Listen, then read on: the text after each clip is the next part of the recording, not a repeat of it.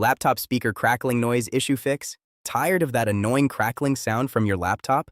Fix it yourself in under a minute. Follow these proven steps to restore your sound. Remember to subscribe to Tech Vibes for more fixes. First, restart your laptop.